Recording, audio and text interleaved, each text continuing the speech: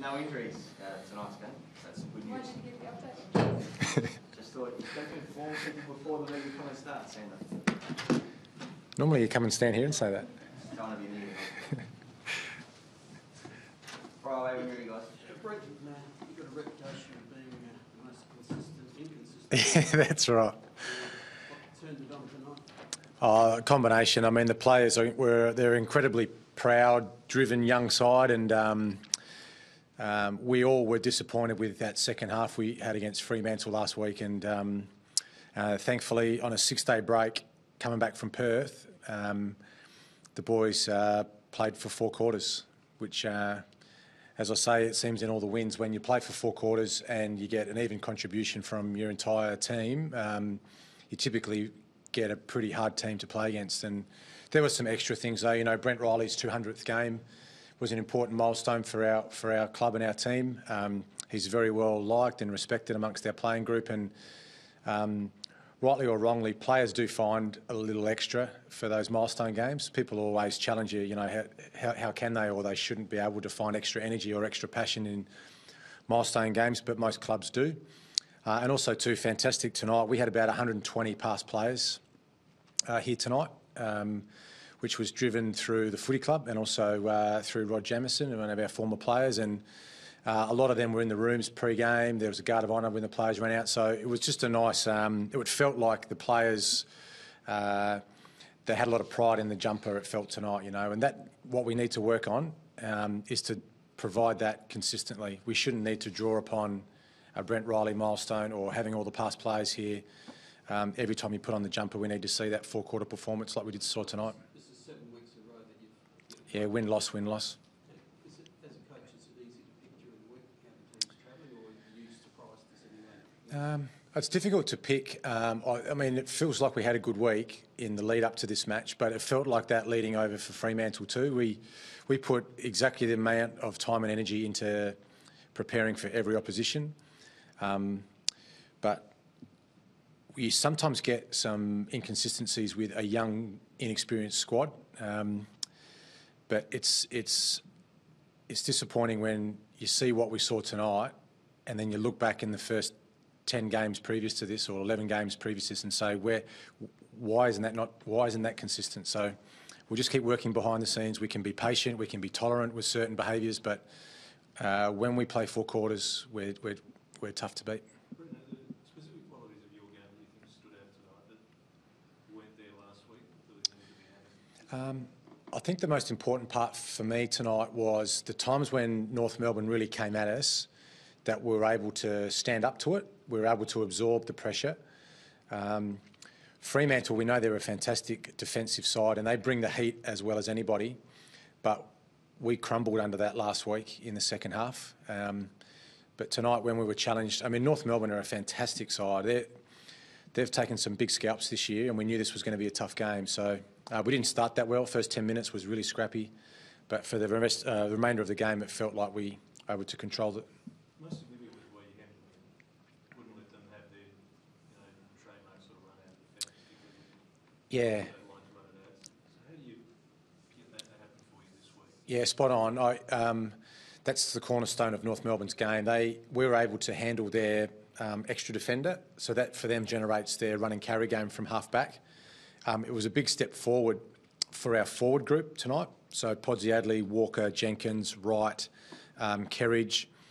Most of the night they were outnumbered, but we were still able to score 16 goals, 13 from 59 entries. And the times when North Melbourne tried to run and carry it out of defence, we were able to intercept it, turn it over, and then get almost a score from the re-entry. So I thought their forward pressure, their ability to defend when they were outnumbered, was as good as I've seen this year from that group. How do you think you managed to handle the way the pace of the game was going to be played out? Yeah, I mean, you always look for perfection as a coach, but there's certainly times in the game that I was getting really frustrated. Or the coach's box was really frustrated, where it felt like we had momentum and we should have gone for the kill, and we just took the foot off the gas a little bit at times. But you have to understand, this is a brutal game. The energy that these guys play at up and down the ground. So at times I think, rightly or wrongly, we'll have to look at it in the review. players probably played a bit safe when we do prefer them to take the game on a bit more. Did you tell them to go more towards the kick than the handball this time around? Not really, no. That wasn't. I can't remember that being as one of our key points, but we are a kicking team. That's part of our game plan. We do prefer to kick the ball rather than overuse the handball. A little bit depends on the pressure you're getting from the opposition too. You typically handball a lot more when you feel like they're coming at your frontal pressure. But yeah, we did kick the ball a bit better forward tonight. Our kicking efficiency, I don't know. I know some guys were well under 50. Well, Brodie Martin comes on and plays one quarter and kicks 4 points. So I think he kicked at 33%. But across the board, I think we were slightly better. But it's an area that we're constantly working on. It's probably the number one area that we're focusing on behind the scenes is to improve our ability to hit targets and kick under pressure. There's a battle in the war there, the one of Jacobs against Goldstein. How did you score that one? I like Sam's game. I thought he was pretty influential. Once again, I don't think Sam was at his best last week, and I know Sandilands is one of the best, or is the best ruckman in the competition. But yeah, that was a really good battle tonight. It was important for us to see Sam, or physically just to see him compete at every single stoppage that he could, and I thought he did that pretty well. And he's pretty handy around the ground too. So yeah, really proud of his effort tonight. So how do you manufacture something now for next week? I guess that's the art of coaching. I am really hard on this group, so there's no, there's no celebrations in our rooms tonight. They certainly enjoy the win. We congratulated them on the success in relation to Brent Riley's milestone game. Enjoy the win for 5 minutes, and then we come back to work on Monday, and we look forward to trying to beat the Bombers. So it has to be player driven, though. That's surely that's got to be now your ultimate measure that you don't need these extra. Yeah. On the side, 100%, yeah, and that's been my message through to the playing group. I mean, this, like our fans, we cannot accept just this up and down, good week, bad week. It has to stop soon. It has to end, and you can't, like you said, you can't manufacture extra reasons to get yourself up. It has to be driven by individuals. It has to be driven by our young leadership group, that our behaviours and our standards are maintained every week. Sometimes the effort and intensity there and you lose. My favourite game in my coaching career was the Hawthorn preliminary final loss. And it's strange for a coach to say that his favourite game was a loss, but in that game, where 22 players just played out of their skin, they could not execute any better. But it was a loss. As a coach, as strange as it sounds, our boys gave everything they possibly had in that game of footy, but it was a loss. And that's what I think our fans want to see, is win, lose or draw, see the effort that we saw tonight consistently. And some games we'll lose. But if what we saw tonight, if the energy, if the excitement, if the passion, the aggression, almost the anger at times, if that's there consistently, our fans will be happy. Sam Kerridge played another good game. How did you rate his performance and mainly his role? Yeah, different role.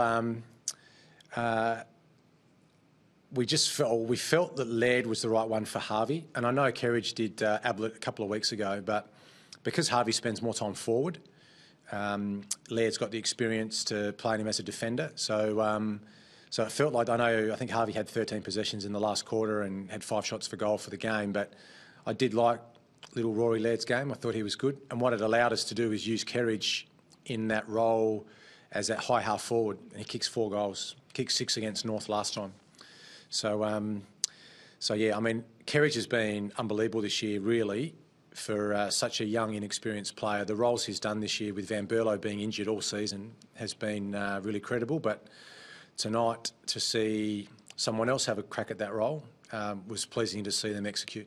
Brenton, can I give you a super hypothetical? You get Ricky Henderson back and all going well. Yep. What would you do with Brodie Smith? Leave him in the role you've got him now, or try him as a midfielder still? Yeah, that's a great debate, and we're having that as well already. A bit like Dangerfield, I'd like a couple of Brodie Smiths. He'd be pretty handy across half back, probably handy on the wing. The other one too, which a lot of people have forgotten about, is Tom Lynch. He returns next week in the State League. Brad Crouch has had 2 games back now in the State League. So yeah, Lynch, Henderson, Brad Crouch. We've still got some. Smith's really good now at that role. Is it best now to reinvent Henderson? Yeah. Instead of mucking around with Smith? Not sure. I know I've been quietly really happy with Brodie Smith's. I say quietly because I don't want anyone to, I shouldn't even say it, to run with him and tag him, but he's hardly played a bad game for us this year, and he's really influential for us. I'd love to have 2 of them back there. Henderson on one side, Smith on the other would be great. That could push Laird back through the midfield permanently. But yeah, they're good problems for a coach to have. So which role do you reckon suits him best? Henderson or Smith? At the moment, I see him playing his best footy for us across half-back, but I think in 2 or 3 years' time, he'll quickly become one of the competition's best midfielders. But if he's so powerful the way he sets up the game to the spirit of that, Yeah. best to just say that's it. Could be. Probably the ideal swingman. I know this club had that great headache with Andrew McLeod in his career.